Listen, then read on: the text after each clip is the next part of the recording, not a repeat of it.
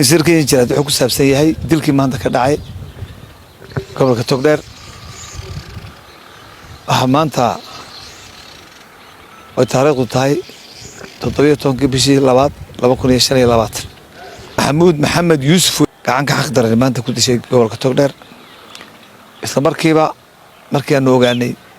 booliisku uu ka howlgalay gacantana uu ku soo dhigay eedeysanihii iyo hubkii uu isticmaalayba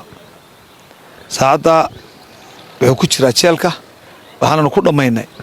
saacad waqti yar oo gaaban ayaanu ku dhameynay waajibaadkii aanu lahayn hawsha ciidanka booliiska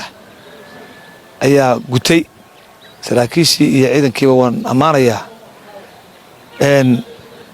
waxaanu garsoor ku yahay xabsiga gobolka Togdheer waxaana la horgeyn doonaa maxkamadda awoodda u leh qaadista dacwadaas anagana waxay nagu haray horaan u diyaar doonaa haddii alla nafta daayo waxaan mar labaad u dirayaa taxsi qaraabadii iyo qoyskii uu ka baxay marxuumkaas aan leeyahay sabir iyo iimaan Allah inaga siiyo sabir iyo iimaan idinkana Allah idinka siiyo ilaahay idimkii waxaan odayaashii iyo duqeydii saaka ii yimid sida fiican u wada hadalay iyo ballankii aan u qaaday waanu fulinay waajibaadkii qaranna waanu gudanay sidaas aynu isku ogaan doonaa insha Allah bismillaahir kariim booliiskuna waajibaadkii qaranka ee saarnaa buu gutay